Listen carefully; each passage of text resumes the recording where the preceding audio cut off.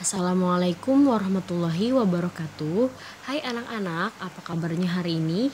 Semoga kita semua selalu dalam keadaan sehat walafiat. Hari ini kita belajar tematik C, subtema 3, pembelajaran 2-3 dengan tema peduli terhadap makhluk hidup. Sebelum memulai pelajaran, marilah kita membaca basmalah terlebih dahulu. Bismillahirrahmanirrahim. Pelajaran yang pertama yaitu mengetahui hak dan kewajiban menjaga kebersihan lingkungan. Kebersihan lingkungan yang kita tinggali merupakan tanggung jawab kita sebagai orang yang menempatinya. Jika kita hanya menempati lingkungan tersebut tanpa merawatnya dengan baik, berarti kita tidak peduli terhadap lingkungan. Aktivitas yang kita lakukan pada umumnya menghasilkan sampah. Jika sampah tidak dibersihkan, lingkungan akan menjadi kotor. Lingkungan yang kotor akan menciptakan rasa tidak nyaman. Lingkungan di sekitar kita bukanlah milik kita sendiri. Dengan membuang sampah sembarangan, kita telah mengotori lingkungan tersebut. Hal tersebut berarti kita telah mengambil hak orang lain untuk menempati lingkungan yang bersih dan sehat.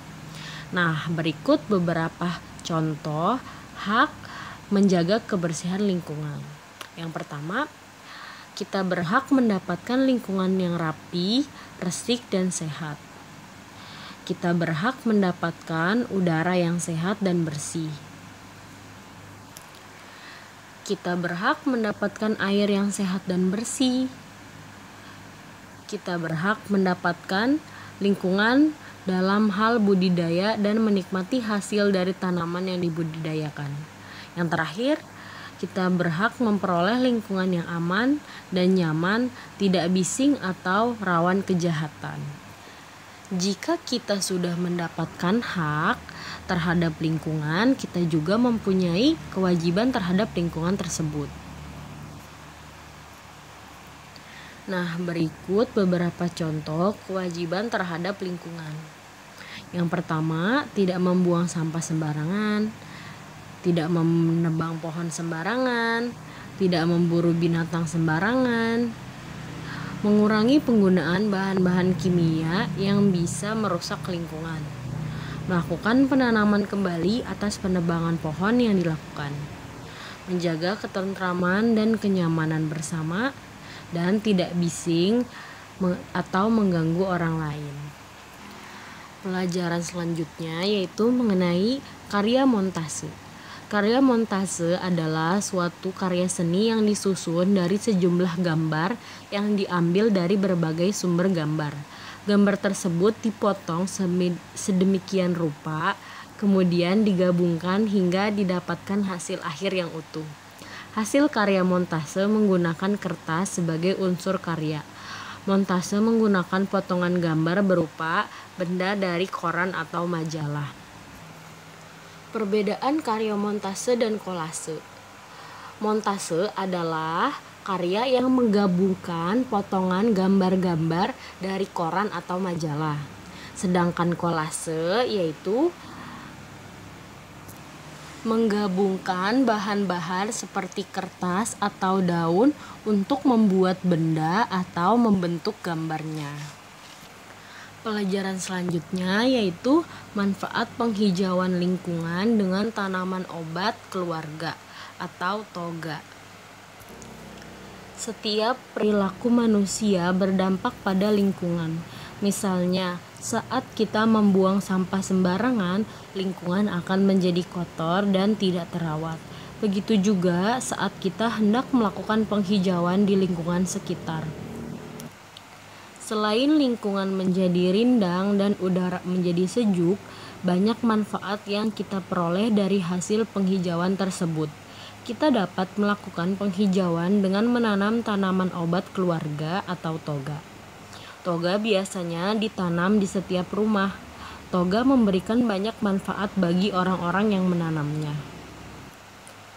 Menanam toga di lingkungan rumah memberi banyak keuntungan bagi kita. Selain untuk penghijauan, toga juga dimanfaatkan sebagai obat alami.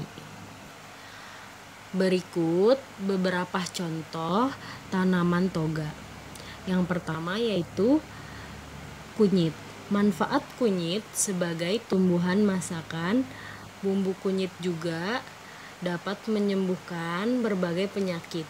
Kunyit dapat mengobati bengkak, terkilir, serta menyembuhkan flu dan demam.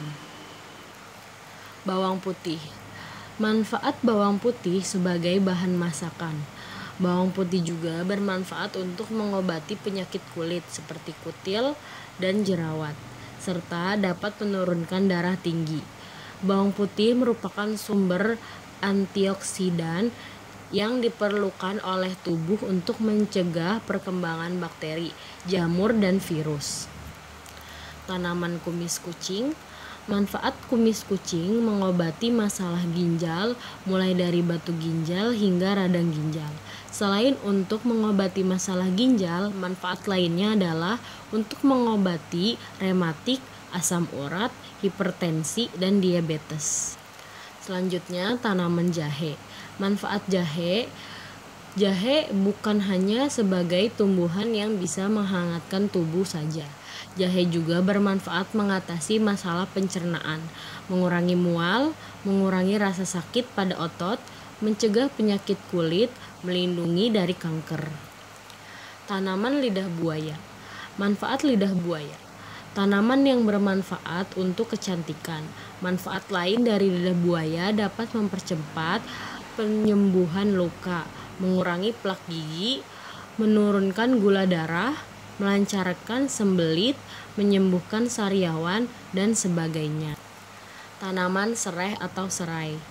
Manfaat sereh atau serai mencegah kanker, obat untuk gangguan pencernaan, menurunkan tekanan darah. Itulah beberapa contoh tanaman toga atau tanaman obat keluarga. Dan masih banyak yang lainnya. Kesimpulan pada pelajaran kali ini, kita harus menjaga kebersihan lingkungan.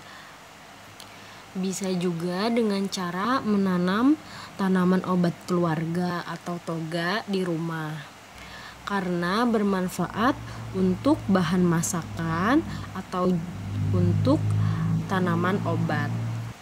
Sekian pelajaran pada hari ini. Semoga materi yang disampaikan dapat kalian mengerti. Wassalamualaikum warahmatullahi wabarakatuh. Thank you.